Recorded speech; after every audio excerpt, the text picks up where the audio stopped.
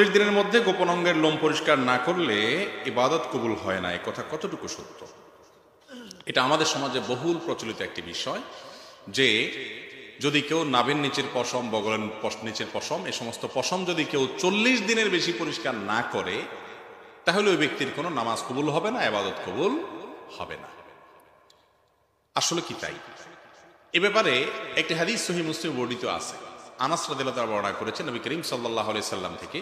তিনি বলেছেন, ওয়াক্কিত লানা, আমাদের জন্য নাভির নিচের পশম ইত্যাদি এগুলো ফেলানোর সর্বশেষ সীমানা নির্ধারণ করে দেয়া হয়েছে 40 দিনকে। তার মানে উচিত তো হলো আগে আগে করা, সপ্তাহে 15 দিনে একবার আপনার হাতের নখ কাটবেন, গোপ ছোট করবেন, নাভির নিচের বগলের নিচের লোম পশম করবেন, অবাঞ্ছিত লোমগুলো চেষে ফেলবেন, এই কাজগুলো আপনি করবেন। এগুলো মিন সুনানিল ফিতরাহ, অর্থাৎ সকল যুগে নবী রাসূলদের মধ্যে এই সুন্নাতটা আল্লাহর পক্ষ থেকে অবধারিত ছিল। এটা প্রকৃতিগত সুন্নাহ, সৃষ্টিগত সুন্নাহ। মানুষকে এভাবে সৃষ্টি করেছেন, এগুলো শরীরে বাড়ে, সেজন্য এগুলো কমাতে হয়। এটা আল্লাহর সুন্নাহ, আল্লাহ তাআলা এটা করার নির্দেশ করেছেন, সমস্ত নবীগণের সুন্নাহ এটা। তো সেই সুন্নাহটা পালন করবেন সপ্তাহে একবার, না হয় 15 দিনে একবার, নয় 3 সপ্তাহে একবার, নয় 4 সপ্তাহে একবার, সর্বোচ্চ 40 দিনের মধ্যে একবার অবশ্যই করবেন। 40 দিন যদি পার হয়ে যায় তারপরেও না করেন, অর্থাৎ এই পশমগুলো বড় হয়ে গেছে, 40 দিন পর্যন্ত চাষেন নাই, তাহলে সেক্ষেত্রে নখ বড় হয়ে গেছে, 40 দিনে বেশি হয়েছে, তাও আপনি কাটেন নাই, এরকম যদি হয় তাহলে সেক্ষেত্রে আপনি গুনাহগার হলেন।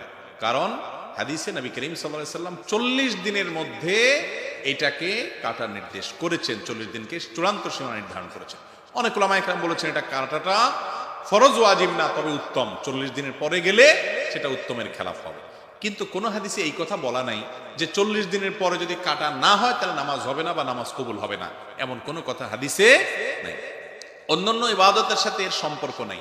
তবে হ্যাঁ, নখ বড় হয়ে গেছে, সেখানে ময়লা ঢুকে এমন ভাবে জমে শক্ত হয়ে বসে গেছে যে পানি ঢুকে না নখে, তাহলে সেক্ষেত্রে সেটা কারণে ওযু হবে না, ওযু না হওয়ার কারণে নামাজ হবে না, এরকম যদি হয় সেটা ভিন্ন কথা। কিন্তু এগুলো বড় হইলেই 40 দিন পার হইলেই নামাজ কবুল হবে না, ইবাদত কবুল হবে না, এমন কোনো কথা হাদিসে নাই। ইবাদতের জায়গায় ইবাদত কবুল হবে যদি ঠিকঠাক মতো পবিত্রতা অর্জন করেন, ঠিকঠাক মতো নামাজ কালাম পড়েন, শর্তগুলো পালন করেন, তাহলে নামাজ ঠিকই হয়ে যাবে, ইবাদত ঠিকই হয়ে যাবে।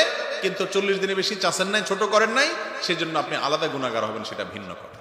বুঝাতে পারছি বিষয়টা?